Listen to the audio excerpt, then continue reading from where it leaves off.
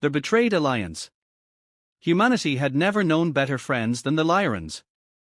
For 30 years, they had been our guides among the stars, teaching us the ways of interstellar civilization. Their crystalline cities floating in the clouds of Lyra Prime had become as familiar to human diplomats as the towers of Earth's capitals. They were the ones who believed in us when the rest of the galaxy saw only primitive newcomers. Captain Marcus Wolf stood at the bridge of the UES Hyperion, staring at the empty space where Lyra Prime should have been. The massive gas giant still orbited its sun, but the floating cities, the orbital stations, the billions of Lyrans, all gone. No debris. No radiation. No signs of battle. Just emptiness. "Run the scan again," he ordered, his voice tight with controlled fury. Lieutenant Jade Chen's fingers flew across the holographic interface, but the results remained the same. "Nothing, sir. It's like they never existed." The Hyperion wasn't alone in its discovery. Across 27 systems, human ships found the same scene: entire Lyran worlds simply empty.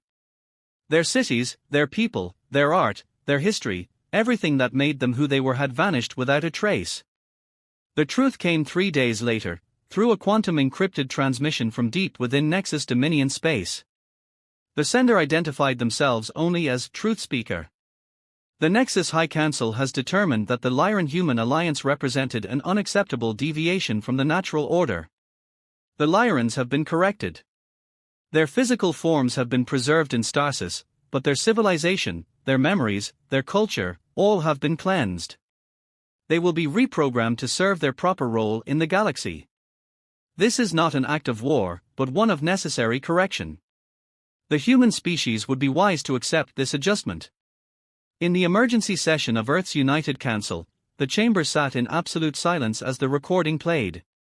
General Catherine Drake, her face carved from stone, stood to address the assembly. "The Nexus Dominion believes they've demonstrated their power," she said, her voice carrying to every corner of the chamber. "Instead, they've revealed their greatest weakness. They think this precision, this bloodless correction of theirs, makes them civilized. They expect us to respond like them, with clinical detachment." The holographic displays activated, showing their vast network of Nexus cultural repositories, historical archives, and consciousness backup facilities. Points of light representing thousands of sites where the Dominion preserved everything that gave their civilization meaning. "They've shown us exactly what they value most," Drake continued. "They didn't just erase our allies, they erased everything that made the Lyrans who they were. Their art. Their music. Their stories. Their very identity." She paused, letting the implications sink in. "They believe this makes them superior. We will show them it makes them vulnerable." Dr. Ravi Patel, Earth's leading xenoarchaeologist, stepped forward. "We've spent decades studying Nexus architecture, their data storage methods, their preservation technologies. They thought we were just being scholarly.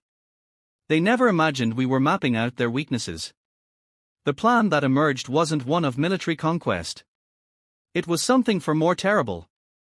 Humanity would make the Nexus Dominion feel exactly what they had done to the Lyrans. Not through violence, but through precise, surgical strikes at everything that gave their civilization meaning." Captain Wolf received his first mission orders 2 days later. The Hyperion would lead a strike team to the Nexus Museum of Eternal Achievement, home to 50,000 years of their greatest accomplishments. They wouldn't destroy it, that would be too crude. Instead, they would corrupt every piece of data, scramble every memory crystal, alter every historical record just enough to make it unreliable. "Let them keep their power," General Drake told the assembled fleet commanders. "Let them keep their territory and their technology. But everything that makes them who they are? That belongs to us now. By the time we're done, they won't even be sure of their own history." As the human fleet prepared for their first strike, a final message was broadcast to every Nexus world, crafted by the finest human linguists to strike at the core of Nexus psychology. "You thought you could erase our friends and we would accept it. You thought you could unmake an entire civilization and we would stand idle. You were wrong. We are humanity, and we do not forget. We do not forgive. Your punishment will not be death, it will be the slow realization that everything you believe about yourselves might be a lie. Welcome to our correction. The galaxy was about to learn that humanity's fury could be as precise as a surgeon's scalpel, and twice as deadly. The war that followed would be unlike any the galaxy had seen, a war not for territory or resources, but for memory itself. And humanity would make sure the Nexus Dominion remembered every moment of it. Silent vengeance. The first strike against the Nexus Dominion came not with the thunder of weapons, but with the whisper of corrupted data. The UES Hyperion emerged from quantum space above the Nexus Museum of Eternal Achievement, its stealth systems rendering it invisible to the facility's advanced sensors. Captain Wolf watched the crystalline structure rotate majestically in space, its facete surfaces reflecting starlight like a diamond in the void. Begin transmission, he ordered. Lieutenant Chen activated the quantum infiltration suite, systems that had been developed in secret using knowledge gained from years of supposedly peaceful cultural exchange. The Nexus prided themselves on their perfect information security. They were about to learn how imperfect it really was. Deep within the museum's data cores, carefully crafted corruption sequences began their work. Historical records started to show subtle discrepancies. Architectural achievements were credited to the wrong creators. Scientific discoveries were dated incorrectly. Art pieces were tagged with modified significance markers. Nothing was destroyed, everything was simply made uncertain. First phase complete, Dr. Patel reported from his station. Moving to cultural repositories. Across the galaxy, similar scenes played out at dozens of Nexus cultural sites. The UES Artemis, under Commander Rashida Khan, infiltrated the Grand Archive of Nexus philosophy. The UES Titan, led by Captain David Freeman, targeted the repository of ancestral memory. Each attack followed the same pattern: no physical damage, no loss of life, just the careful, deliberate corruption of everything the Nexus held sacred. The first signs of distress appeared 3 days later. Nexus scholars, accessing their historical databases, began finding inconsistencies. Their perfectly ordered society, built on absolute certainty of their past and their purpose, started showing cracks. General Drake received the reports with grim satisfaction. Now they begin to understand, she told her staff. The uncertainty. The doubt. The feeling of watching their identity slip away piece by piece. The Nexus response was predictable: they increased security, implemented new encryption protocols, established redundant backup systems. But humanity had planned for this. Each defensive measure the Nexus deployed had already been compromised, thanks to decades of patient observation and study. They still don't understand what's happening to them, Captain Wolf noted during a Secure Command conference. They think this is about data security. They don't realize we're not just corrupting their records, we're corrupting their sense of self. The second phase began a week later. This time, the targets were the Nexus education centers. Every historical simulation, every cultural teaching program, every piece of educational software was subtly altered. Future generations of Nexus citizens would learn a slightly different version of their history, their achievements, their very identity. The psychological impact was devastating. The Nexus Dominion, a civilization built on the foundation of absolute historical and cultural certainty, began to fracture. Different sectors started arguing about basic historical facts. Cultural traditions that had remained unchanged for millennia were suddenly called into question. Sir, Lieutenant Chen reported, we're detecting increased quantum communication traffic between Nexus worlds.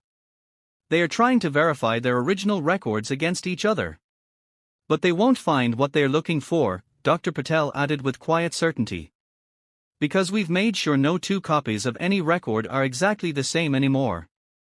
The first Nexus defector arrived at a human outpost 3 weeks into the campaign. The being, a mid-level cultural curator, brought with it a desperate message: what you're doing to us, it's worse than death. Our certainty was our strength. Without it, we're losing ourselves. General Drake's response was transmitted across all Nexus communication channels: now you understand what you did to the Lyrans. But unlike you, we're leaving you alive to experience every moment of it. Your punishment isn't the loss of your history, it's the eternal uncertainty of whether anything you remember is true. The campaign continued with methodical precision. Each day, more Nexus cultural centers reported data inconsistencies. Their leaders tried to maintain order, but how could they lead when they couldn't be certain of their own traditions? Their society, built on the bedrock of historical and cultural absolutism, was being eroded not by weapons, but by doubt. Commander Khan's report from the Artemis summed up the situation perfectly. They thought they were teaching us about civilization all these years. Instead, we were learning exactly how to dismantle theirs.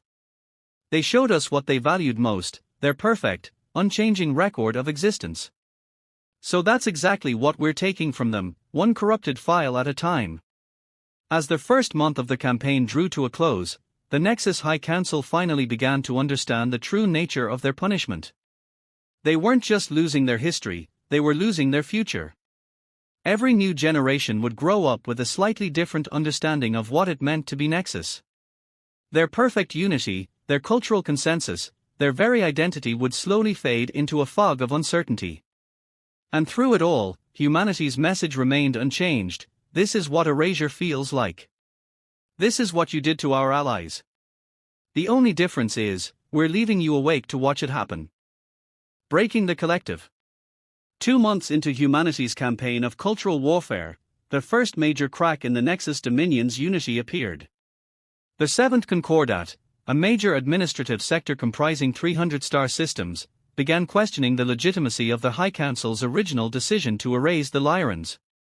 We can no longer verify the historical precedents used to justify the correction, declared Administrator Verix, their crystalline form pulsing with agitated energy patterns.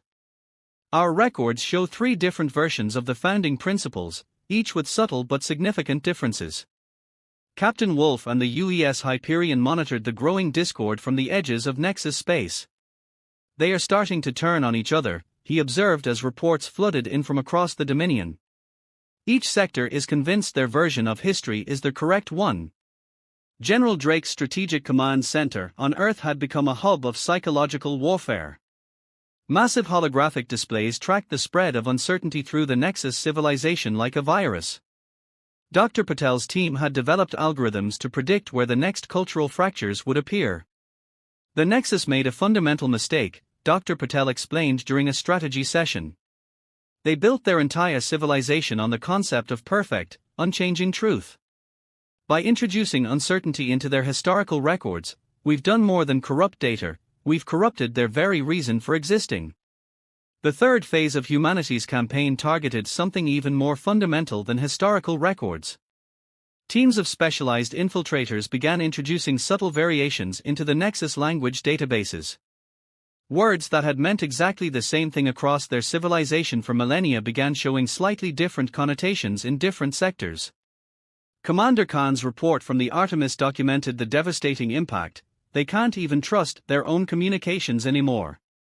Every transmission between sectors now carries the possibility of misunderstanding. Their perfect unity is dissolving into a babel of uncertainty. The first open conflict between Nexus sectors erupted over the interpretation of their most sacred texts. The 13th Concordat accused the 4th of maintaining corrupted versions of the original protocols. The 4th responded by questioning the 13th's right to even participate in governance, citing historical records that may or may not have been accurate. Lieutenant Chen intercepted and decoded their communications. They are trying to establish a baseline truth, but every attempt just reveals more inconsistencies.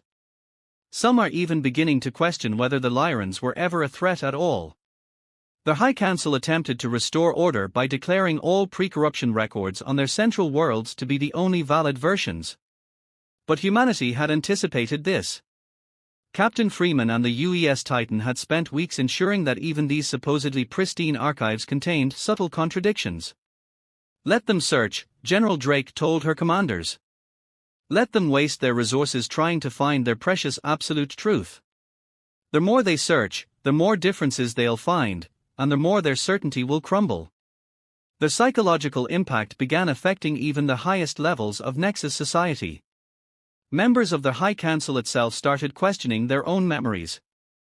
How could they be sure their recollections were accurate when every historical record showed slight variations? The foundation of their authority, their claim to perfect knowledge and understanding, was dissolving.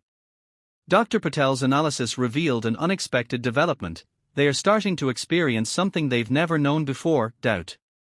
Not just about their records or their history, but about the fundamental nature of their society. Some are even beginning to question whether their way of life, built on the principle of absolute certainty, was ever truly sustainable. The growing chaos reached a critical point when a group of young Nexus scholars published what they called the Uncertainty Manifesto. They argued that perhaps the human concept of multiple viewpoints and interpretations was not a weakness to be corrected, but a strength to be embraced. The document spread through Nexus networks like wildfire, despite desperate attempts by authorities to suppress it. Commander Khan's intelligence teams reported increasing numbers of Nexus citizens secretly reaching out to human channels. They are not just questioning their past anymore. They are questioning everything. Some are even suggesting that the erasure of the Lyrans wasn't just wrong, it was a symptom of a deeper flaw in their civilization. As the third month of the campaign drew to a close, humanity's revenge had achieved something no one had expected.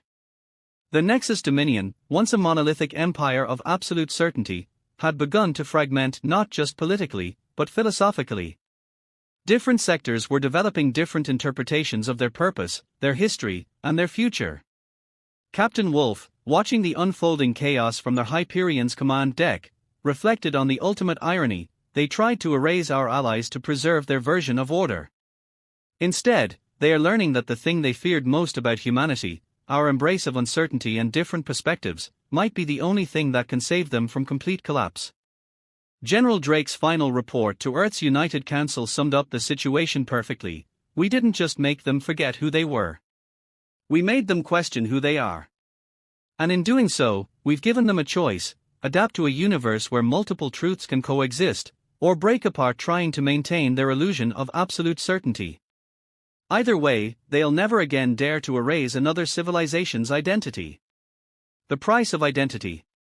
The fourth month of humanity's campaign brought something unexpected: a transmission from deep within Nexus space, broadcast simultaneously to every human ship and colony.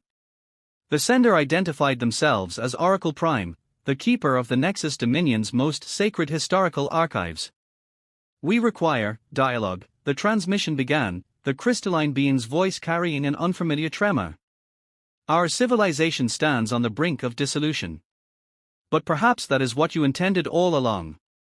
Captain Wolf, aboard the Hyperion, shared the transmission with General Drake and the United Earth Command. "They are breaking faster than we anticipated," he reported. "Their entire social structure is unraveling." Reports from across Nexus space confirmed the assessment. The once unified Dominion had fractured into competing interpretations of their own history. The Seventh Concordat had completely severed ties with the High Council, declaring that all existing historical records were potentially compromised and that a new truth must be established. Dr. Patel's analysis team intercepted internal Nexus communications, revealing an even more fundamental crisis. "They are experiencing something unprecedented in their history," he explained during an emergency briefing. "Their younger generations are embracing uncertainty, viewing their elders' obsession with absolute truth as a form of cultural stagnation."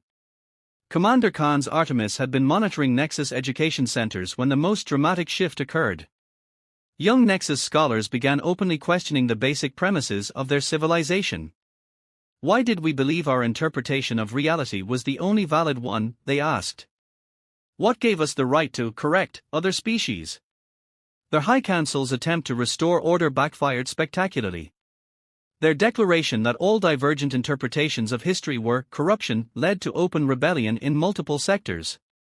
Lieutenant Chen's intelligence reports painted a picture of spreading chaos.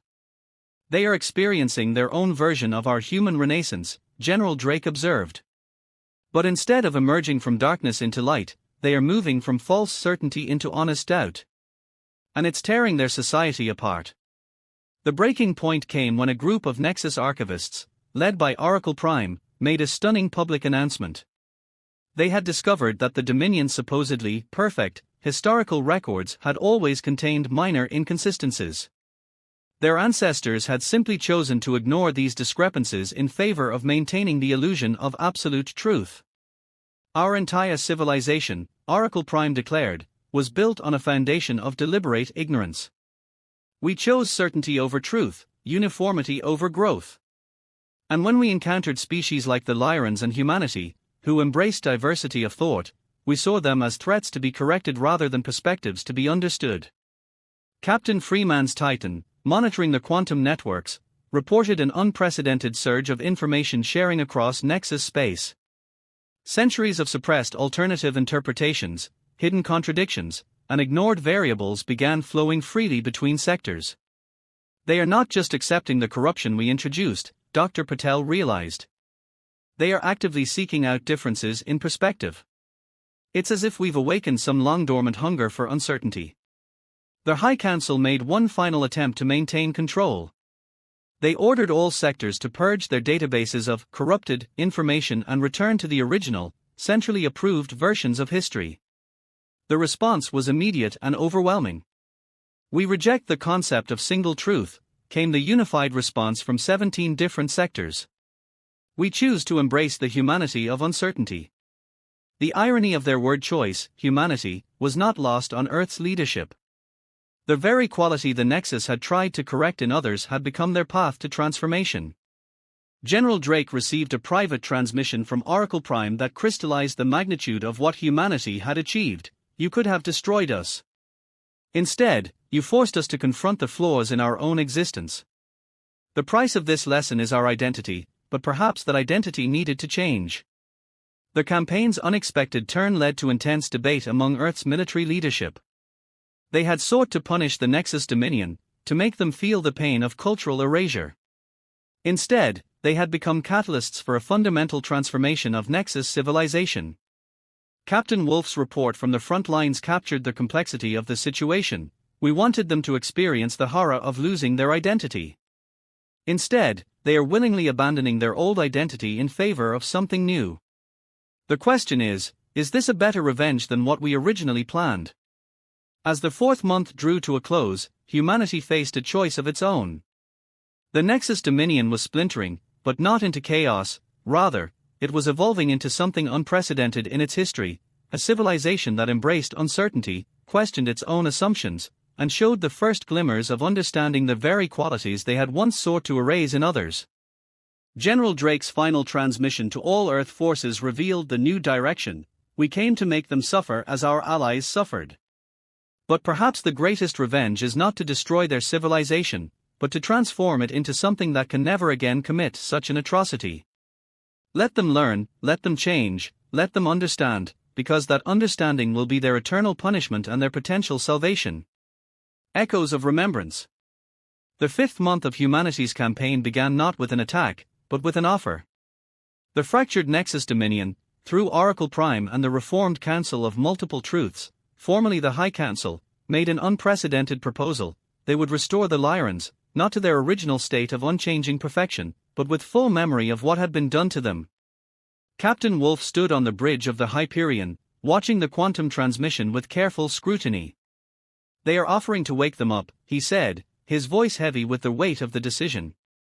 "All of them. Every Lyran they put in stasis." General Drake called an emergency session of Earth's United Council. The chamber buzzed with tension as Oracle Prime's crystalline form appeared in the holographic display, its facets reflecting different versions of itself, a deliberate choice that would have been unthinkable months ago. "We preserved their bodies," Oracle Prime explained, "believing we would one day correct them as we tried to correct all species that embraced change and uncertainty. Now we understand, our greatest error was not in preserving them, but in believing we had the right to reshape them at all." Dr. Patel's analysis team confirmed the authenticity of the Nexus offer. "The stasis fields are real," he reported. "Billions of Lyrans, preserved exactly as they were at the moment of their correction. But there's something else, something unexpected. The Nexus had kept perfect records of every Lyran memory, every piece of their culture and history. Not to preserve it, but to study it for flaws to correct. Now these records, maintained with their characteristic precision, could serve a different purpose. We offer not just their awakening," Oracle Prime continued, "but the return of everything we took. Their memories, their culture, their art, all of it, untouched and unaltered. Let them choose what they wish to remember, what they wish to become. We have learned that the right to choose one's own identity is sacred. Commander Khan, observing from the Artemis, noted the profound irony. The very perfectionism that made them erase the Lyrans also made them preserve everything about them. They couldn't help themselves, they had to keep perfect records, even of what they were destroying. The decision wasn't easy. Many in Earth's leadership wanted to continue the campaign, to push until the Nexus Dominion completely dissolved. But Captain Freeman's report from the Titan provided a compelling counterargument. We've achieved something far more valuable than revenge, he argued. We've forced them to confront the horror of what they did. Not through destruction, but through understanding. They'll never be able to forget that they chose this transformation to escape the madness of their own certainty.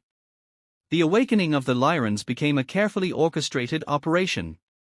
Human ships stood guard as stasis fields were systematically deactivated. The Nexus, true to their word, provided every scrap of preserved information, allowing each Lyran to reclaim their identity, their memories, and their place in the galaxy. Lieutenant Chen, monitoring the process, detected something unexpected in the quantum data streams. They are not just returning the Lyrans' memories, she reported. They are sharing their own memories of the past 5 months. They want the Lyrans to understand how humanity fought for them, and how that fight changed everything. The first awakened Lyrans were understandably disoriented and angry. But as they absorbed both their own restored memories and the story of humanity's response, something remarkable happened. They became living testament to both the Nexus's capacity for cruelty and their potential for transformation. We remember what they did to us, the first speaker of the restored Lyran Council declared. But we also remember what humanity did for us. Not through weapons of war, but through weapons of wisdom. They made our erasers understand what it means to lose oneself. General Drake's final address to their combined fleet captured the essence of what they had achieved. We came seeking revenge for our allies. We achieved something far more lasting. The Nexus Dominion erased our friends because they couldn't tolerate difference. Now they will spend eternity protecting the very diversity they once sought to destroy. That is a punishment that will echo through generations. The transformation of the Nexus became known as the Great Awakening. Their society, once a monolith of absolute certainty, evolved into a civilization dedicated to preserving and protecting diverse perspectives. The great archives that had once housed their perfect history now became repositories of multiple truths, each acknowledged, each valued. Captain Wolf's last log entry before their Hyperion return to Earth became required reading at the Academy. We showed them that the truth isn't a single, perfect crystal. It's a galaxy of perspectives, each reflecting light in its own way. Our fury taught them wisdom. Our revenge gave them enlightenment. And perhaps that's the most human victory of all. The Lyrans, restored but forever changed, established a new holiday, the Day of Remembered Fury. Not to commemorate their erasure, but to celebrate humanity's response, a testament to how vengeance, wielded with precision and purpose, could transform instead of destroy. Oracle Prime's final transmission to Earth contained a simple truth that would echo through the centuries: you made us feel what it was to be erased. In doing so, you wrote a new future, not just for us, but for all who come after. We will stand eternal guard against the temptation of absolute certainty, for we have learned its price in the forge of your fury.